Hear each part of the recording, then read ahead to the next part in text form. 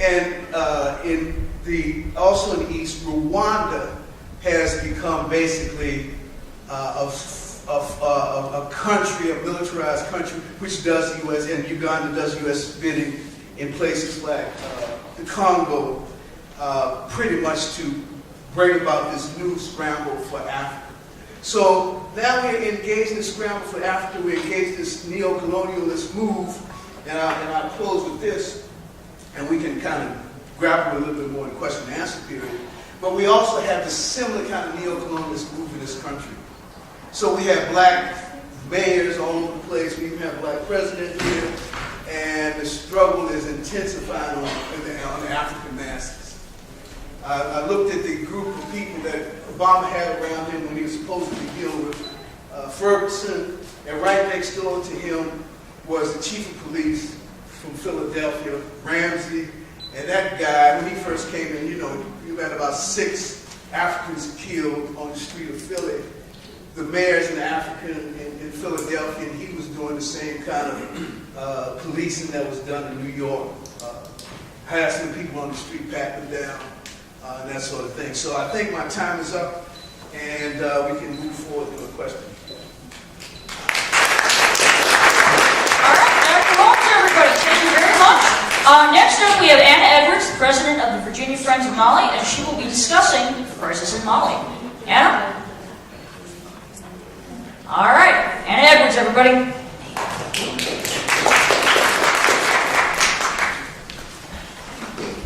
Well, thank you very much.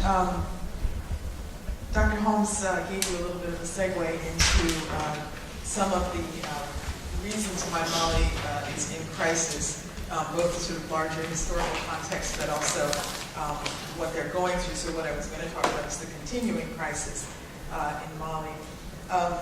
Some friends that I work with in a group called the Virginia Friends of Mali have been there recently, and actually the news for today is that their prime minister has stepped down. This is the second time that a prime minister has been put out of office in the central government of Mali during this crisis period. But they are holding elections, and they are trying to rebuild a government, civic system. And there is some investment that's going back into the country. But in truth, they're still very much struggling. But what I really wanted to talk about, because I think it's more important, at least for this dynamic, is, again, the U.S. role in the situation in Mali. Because, it's the whole reason for having a forum like this is that we do understand how we as individuals then collectively participate in what the U.S. does in our name. And so it's really kind of important to understand that what we pay attention to and don't pay attention to can have a direct impact on people's lives. So I'm going to talk a little bit about who some of the key players are in this geopolitical maneuvering. You've got Algeria. Mali, just to say, Mali is a landlocked country. It's very large. It's about 13 Virginias would fit inside the country of Mali. So it's a good size. The climate is very much like the sort of southeastern part of California, Arizona, Texas, and then bordering the river. And it is dealing with what they call desertification, which is that the Sahara Desert continues to grow. And that has a direct impact on the northern populations. And there are many populations, but the Tuareg are the most vocal and the most resistant to the dynamics that they've been subject to over the last 100 years. They're not really interested, generally speaking, they have not really been interested in the colonial borders that were imposed upon them, not the least of which because they were nomadic people. Their territories, along with the Berber people and others, the Fulani and even the Songhai in that area. And just for your information, because people don't know, in terms of what people like to say about skin color, we're talking about the full range of skin colors when we're talking about these different peoples. The Tuareg make up about 10% of the population of the area that's been in dispute in Mali. But again, they have been the most vocal in challenging the dynamics that they have felt subject to since colonial times, and then since independence in the 50s and 60s. So, being landlocked, it means you're surrounded by a lot of countries, and they are in fact they share borders with 9 countries, and Algeria is one of them. Libya is not one of them. Libya was on the other side of Algeria, but Libya was the country with the resources and the infrastructure to employ the people who needed jobs because of desertification, because there was no agriculture. Unless the rains are really significant every year, what agriculture they did have, it is very light, there's not work, there's not money. So the population is dependent upon what kinds of trade and trafficking does go on. And unfortunately for a territory like that, it is ripe for other interests to take advantage of the ancient trade routes, the ones that used to be about salt and gold moving, from across the Saharan and Sahelian area, from west to east and then on up into Europe. These are now, to a large part, occupied by Colombian and Italian mafias that are making a fortune from cocaine trafficking and using West Africa as a transit. They are in competition with Nigerian drug trafficking that controls another 50% of the hard drugs market in Europe, a lot of which is Afghan heroin and amphetamines made in Nigeria. Colombians use Mauritanian and Tuareg and Malian Arab carriers to pay off Malian officials and their fortunes for secret services in Algeria, Morocco, and previously Libya. And it's possible that some of that extends into Egypt and Syria. So I'll go back to Algeria for a second. Oh, okay, so very quickly, in my 1 minute. Algeria has a dictatorship that is supported by the United States and England. The U.S. and Algeria control most of what the Al-Qaeda in the Islamic Maghreb has access to and participates in. And most of the terror actions that we hear about are apparently false flag operations that increase the global war on terrorism in order to support the Pentagon's budget and reinforce the role of Algeria's army. France, of course, you have to talk about. France is actually in competition with control and access in France. So when you hear about what France is doing and the U.S. is not happy about it, it's because they're in a geopolitical maneuvering for that. Since I have such little time, I just want to sort of bring it back to all of this external pressure working on Mali means that trying to rebuild the country and the nation is an extraordinary process. And trying to be the leadership and navigate what's going on with peoples internally as well as with these external pressures makes it a very, very difficult situation. And at this point, which is another recent development, the collapse of the oil prices recently has now meant that Mali doesn't even have that as something that people are interested in. So actually the internal parts of Mali are not really of that much interest, and so the economy is stagnating, and the government is having a hard time with rebuilding itself. So I'll stop there, and if you have other questions, we'll get to that point.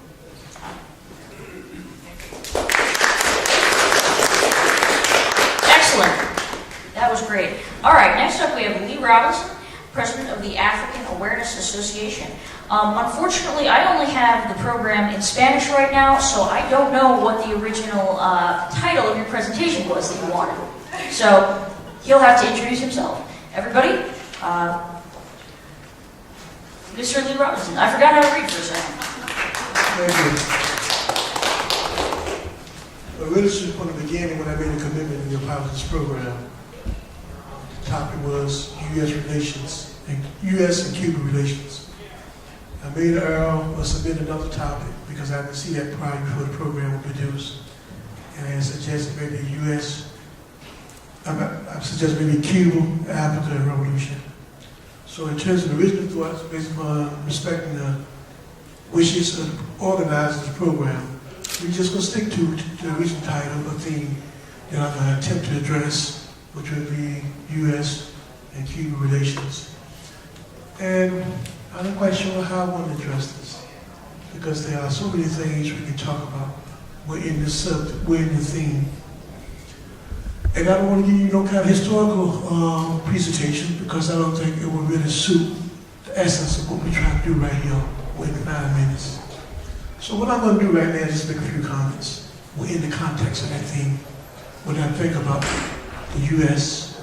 and Cuban relations. Historically, we want to look at the relationship between two nations. You probably find the social relationship, such as slave-master relationship. You'll find a relationship of capital, challenging labor, or capital trying to dominate labor. You'll find the theme of justice, fight against injustice. These will be sort of some things that you see throughout its history. You know, in 1898, when Cuba was closed to receive its independence from Spain, the U.S. intervened and they imposed their will on the Cuban people and hijacked their so-called independence during that time. So since 1898 up to 1959, the Cuban people have been struggling to fight against U.S. imperialism and that domination. And on January 1st, 1959, he was able to make that transition. We're going from being colonized or being dominated by U.S. and its interests to becoming state owners of their own nation and their own lives. And this is very important because this is a victory for all of humanity. It's very important because it's a victory in terms of how other human beings can look at this example, the Cuban Revolution, and make them realize no matter how great a force we seem to be, if a people are organized, conscious, educated, and free, they can resist, and they can win that battle against the giant. And we can see this in terms of the recent decision by Barack Obama and the U.S. government when he just announced maybe less than a month ago about wanting to normalize relationship with Cuba. It wasn't something because the U.S. just wanted to do it. It was created out of the conditions of the history and the struggle of the Cuban people or forcing them to come to the position. Because as a result, if you look at the history of the Cuban people, they have a weapon that no one has been able to create, no greater than what the Cubans have been able to create, and that weapon is the weapon of solidarity. The Cuban people understood what is the value in the raw information. They understood what is the value in the role of consciousness. They understood what is the value in the role of understanding your history. And more than ever, they understood whenever people are united and not divided, they can never be conquered. So this is what drove the U.S. to this position, because the U.S. has been isolated probably for the last 45 years at the minimum. It's throughout the Caribbean, Central and South America, in terms of the Cuban question, in terms of trying to isolate Cuba. Cuba won the victory based upon looking at their examples. They are examples of their love for humanity. When you talk about love for humanity, there's not another country that gives you the best example. We say we want freedom. We say we want democracy. We say all these things. But Cuba has given us an example of how you get these things. Do you perceive yourself as being somewhere enemy? If you get sick and they tell you, come to my home, we'll kill you. Do you see yourself in terms of seeing someone as your enemy? If you need food, they will say, come to my home, we'll share with you. Do you see someone as your enemy if you cannot see? If you cannot see, and they have the technology to give you sight again.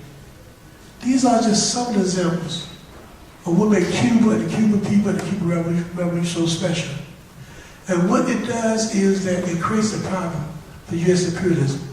Because all their values and their principles are the opposite. And the two can't exist. And at some point in time, the truth crashes to the ground will visualize at the top. And this is what you've been doing. Trust me, on behalf of the African Women's Association, as well as all African people of Richmond GC, which also I'm organized of, one of the things you'll notice when you go to Cuba, you must come to Cuba when you go over the last 15, 20 years.